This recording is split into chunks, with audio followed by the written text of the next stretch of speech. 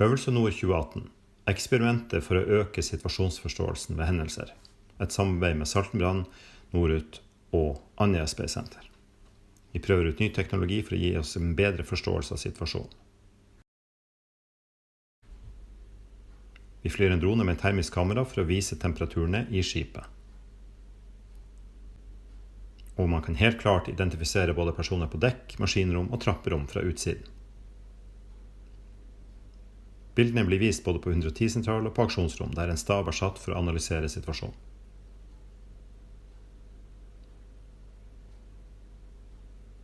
Vi mottar GPS-signal fra en innringer på båten etter få minutter. Vi vet nå hvor skipet befinner seg. Deretter mottar vi de første levende bildene fra en av passasjerene ombord.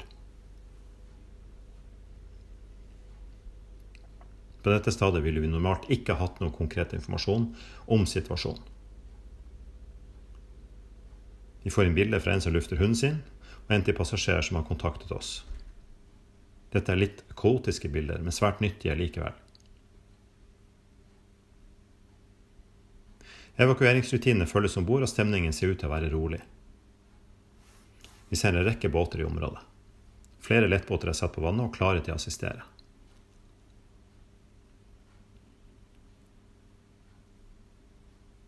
Helikopter med brannmannskap ankommer ferga. Vi ser her flere vinkler av innflygingen. En drone som står på land gir også gode bilder. En fisker i en liten båt stiller også opp. Det er lite informasjon å få fra mannskapet som er opptatt med egne forberedelser. Disse videoene gir oss verdifull oversikt over selve utrykningen. Første brannmann fires ned på dekk. Vi mister noen kamera underveis, men vi ser fremdeles fremgangen godt. Vi er nå nært tidspunktet hvor vi får bekreftet informasjon fra eget personell. Alarmen gikk for over en time siden. På brua får utrykningsleder informasjon om situasjonen. Denne får også stab på stasjonen med seg. Sensorer som er plassert ut på skipet vises til høyre. Disse gir informasjon om farlig gass og høye temperaturer i sanntid. Informasjon som er vital for å sikre rømmingsveier for røykdykkere. På stasjonen har vi et svært godt bilde av hendelsen nå.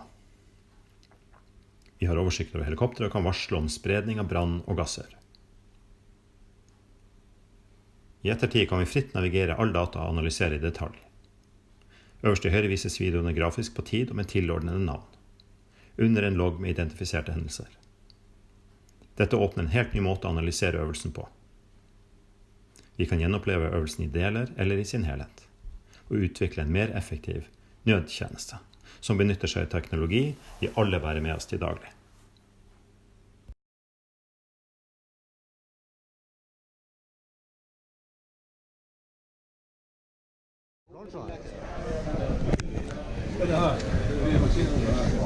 Her er området. Ja. Så vi går ned fra bildekket. Her er bildekket. Ja. Så vi går ned i akterkant her. Ok. Da er det leidere ned. Men de har vært nede flere ganger. Ja. Så dere får en røykdykker av de med dere ned. Som kjent mann, ja. Ja. Hvor mange lag ser du som vi kan kjøre ned? Er det nok med ett av gangen? Jeg tror det for at det er ett lag av gangen, ja. Det er hele området der?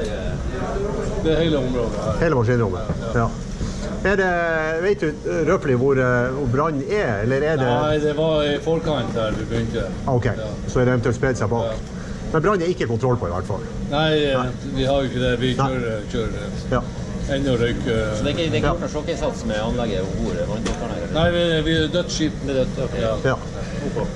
Så fortsatt brann ombord, vet du om det er noen som savner? Jeg vet at dere har en intern. At det er to... Det er to savner, visst nok. Ja. Det var det siste. Ja, men da kan jeg melde fra inn til deg. Ikke kontroll på brann, to savner. Er det andre folk på bildekket da, eller er det bare? Ja, jeg skal gå i med deg. Det er kystvakt der. Kystvakt her, ja. Det er ingen sivilister, de er ute av bildet. Andre sivilister, de er ute av bildet. Ja, vi har sett på land alt. De siste ferver nå her. Ja. Og passasjerer. Ja. Så da er det kun mannskap ombord, primært, og alle de andre som stikker her. Ja. Men hvor mange har dere med? Vi er 6 mann, så vi har 2 røykdykkerlag pluss røykdykkerleder. Ja, riktig. Så han blir med der ned, og så blir jeg igjen her oppe på brua. Ja, riktig. Ja. Men skal vi vente på de som kommer ned av helikopter først? Ja, de er vel ikke så langt unna for at de siste er tatt ned. Har dere sett hvor mange som heiser ned? Ok, men da går du ned. Tom, vi er på Saltenbrann 7. Saltenbrann 7? Ja. Jeg gjør det.